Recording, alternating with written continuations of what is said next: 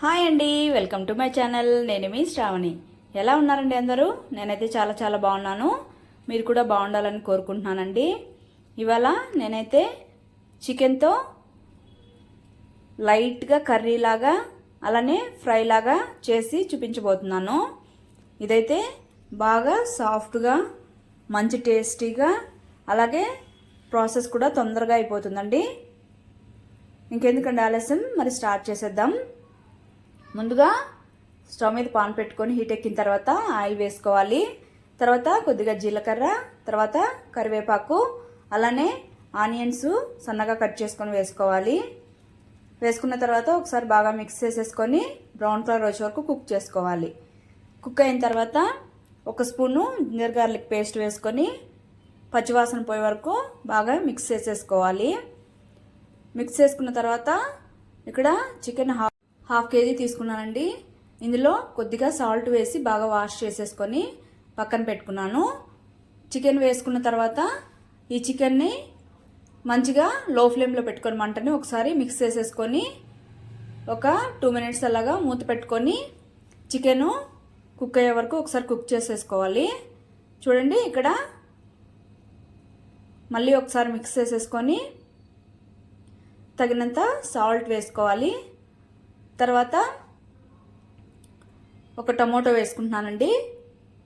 వేసుకొని ఒకసారి బాగా మిక్స్ చేసేసుకొని మళ్ళీ ఒకసారి మూత పెట్టుకొని 50% వరకు కుక్ అయ్యేంత వరకు కుక్ చేసుకోవాలి. అంతలోపు ఈ టమోటో కూడా మగ్గిపోతుందండి. మీరు లేదు అనుకుంటే పోపులో కూడా వేసేసుకోవచ్చు ఈ టమోటో అనేది. ఇక్కడ వేస్తే కొద్దిగా టేస్ట్ బాగుంటుంది.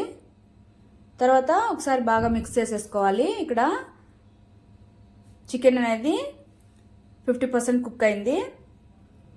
తర్వాత హాఫ్ స్పూన్ పసుపు, అలానే ఒక స్పూన్ కారం, అలానే ఒక స్పూన్ ధనియాల పొడి, తర్వాత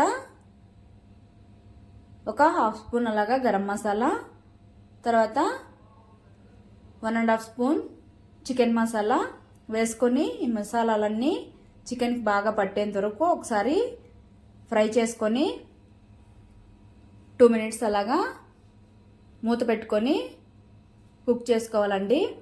ఇక్కడ చికెన్ అనేది ముందుగా వేసి ఇలా వేయించుకోవడం వల్ల మంచిగా సాఫ్ట్గా కుక్ అవుతుంది. అలానే టేస్ట్ కూడా చాలా బాగుంటుందండి. ఇలాగైతే ఒకసారి తప్పకుండా ట్రై చేయండి. టేస్ట్ మీరే చెప్తారు ఎలా ఉంటుందో అసలు.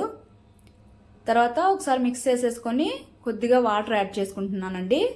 వాటర్ వద్దనుకునే వాళ్ళు అలానే సిమ్లో పెట్టి ఇంకా ఒక 5 మినిట్స్ అలా కుక్ చేసుకుంటే సరిపోతుంది, ఫ్రై లాగా ఉంటుంది. లేదు కొద్దిగా గ్రేవీ కావాలి అనుకునే వాళ్ళు ఇలాగా ఒక హాఫ్ గ్లాస్ అలాగా వాటర్ వేసుకొని మిక్స్ చేసేసుకొని మూత పెట్టుకొని ఒక 5 మినిట్స్ అలా కుక్ చేసుకుంటే సరిపోతుంది. అటు ఫ్రైగాను అలానే కొద్దిగా గ్రేవీగాను ఉంటుంది. ఇది రైస్లో కానీ చపాతీలో కానీ లేదా ఈ బిర్యానీ రైస్ ఐటమ్స్ ఉంటాయి కదండి, అందులో సైడ్ డిష్ లాగా కూడా చాలా బాగుంటుంది.